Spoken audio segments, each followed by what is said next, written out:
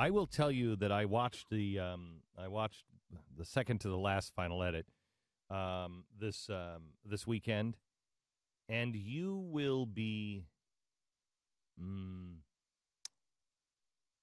frustrated at best that you didn't know about this.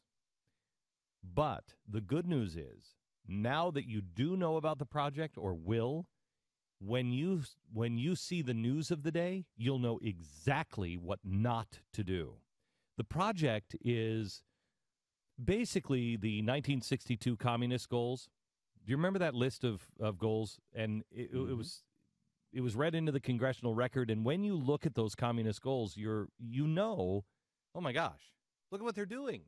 Look at how they're dismantling us. And we've just looked at those goals here recently, within the last year, and Pat and I were talking about it. They've accomplished almost all of them now. Oh, yeah. Yeah. And, I mean, anything that was left, Obama administration took care of. But they've accomplished almost everything. And that's why we're so weakened. Well, the Muslim Brotherhood saw that and saw that, that really works. And what doesn't work is this violent jihad. And in the project, they say, eventually, we will have to do violent jihad. The first thing we have to do is be nice and work our way in and plant ourselves there. Then once we get into all of the highest levels of power in the media and in Washington, then what we do is then we start to put framework in. And the framework is of intimidation, of squelching voices, and eventually passing laws globally all across the West to stop all dissent on Islam. And then the last phase is violent jihad. Then we just kill them. We just kill them. We take it, and if they won't let us have it, because we will be so powerful by then, we just kill anybody that stands in our way. Because we will have control of the media and also of the governments. Well, I got news for you, gang. We're on the verge of the third phase.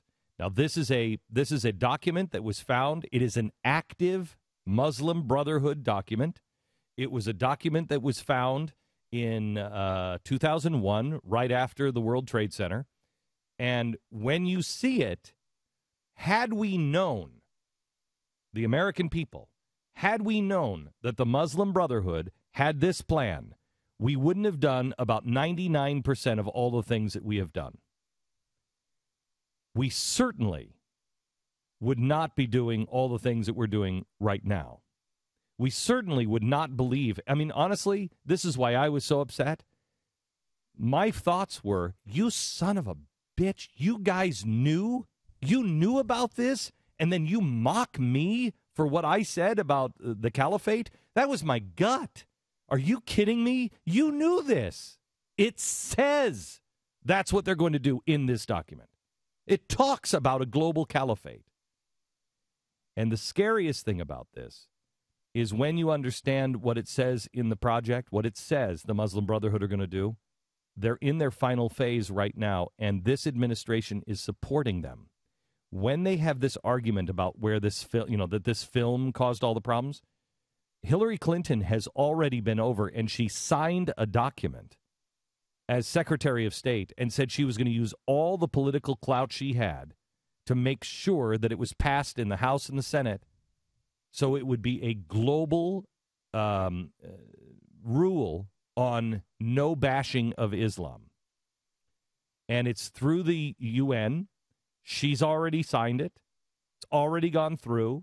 The final phase now is happening right now. It's one of the things that when Morsi said this weekend, it's really up to the United States. We want to get along, but you're going to have to accept the Arab world for what it really is.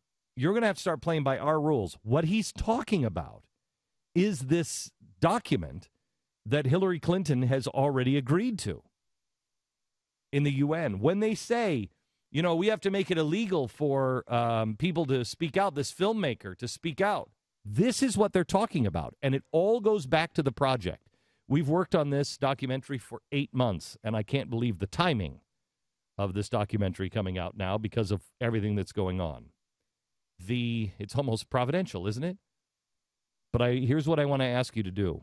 It airs on The Blaze on Wednesday and Thursday at 8 p.m. It is 2 hours. It's 1 hour each night. I would ask you that you would get together, that you would invite some friends over, you would invite some neighbors over, you would invite some undecideds. There's no politics in this. This is not about Barack Obama. This is not about anything. That George Bush was on this road as well. But now it is to the point to where it is of critical importance that you understand it, and we have to understand it right now. The hour is growing late.